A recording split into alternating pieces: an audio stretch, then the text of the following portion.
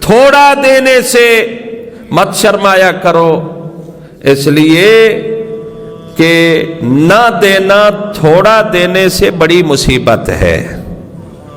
جو نہیں دیتا اس کو شرم نہیں آتی، تھوڑا دینے والے کو کیوں شرم آتی؟ اپنے ساتھیوں، غریبوں کا، پڑوسیوں کا، رشتہ داروں کا خیال کرنا چاہیے۔ میں شربت سے روزہ افطار کرتا ہوں، وہ اللہ جانے کیسے کرتے ہوں گے۔ میں کھجور اچھی لے کر کرتا ہوں، وہ کیسے کرتے ہوں گے۔ میرے پاس اور چیزیں ہوتی ہیں، ان کے پاس کیا ہوتا ہوگا۔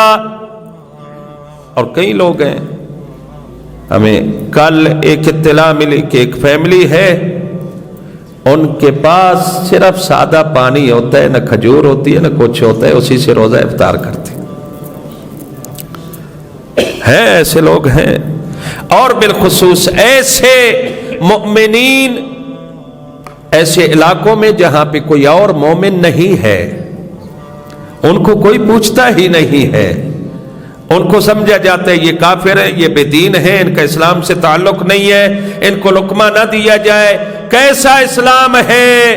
قرآن فرماتا ہے انسان کی قدر کر، مسلمان اس کی توہین کرتا ہے۔ کوشش کریں اپنے ساتھیوں کو، اپنے مؤمنین بھائیوں کو تلاش کریں، کہاں رہتے ہیں، کس حالت میں رہتے ہیں، کیسے کھاتے ہیں، کیسے پہنتے ہیں، آیا ان کے سر پہ چھت ہے یا نہیں، ضرور پتہ کر لیں۔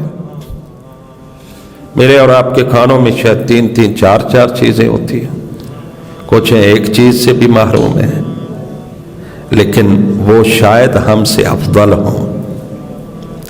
ہمیں تو پتہ ہے نا روزہ افطار کرنا ہے اور یہ شربت بھی ملے گا، فلاں ہی ہوگا، یہ ہوگا، وہ ہوگا۔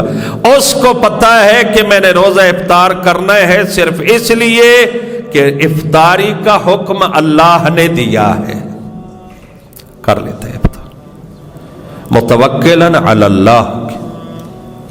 توکلت علیک دعا ہے نا، میرا اللہ میں تجھ پہ بھروسہ کرتا ہوں اور تیرے دیے ہوئے رزق سے روزہ افطار کرتا ہوں، تو قبول کر لے۔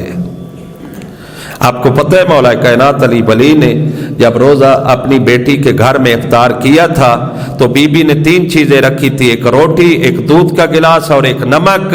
تو علی ولی نے فرمایا تھا 2 اٹھا لو، علی 1 سے افطار کرے گا۔ دعا ہے خالق کائنات اب سب کی عبادات کو قبول فرمائے۔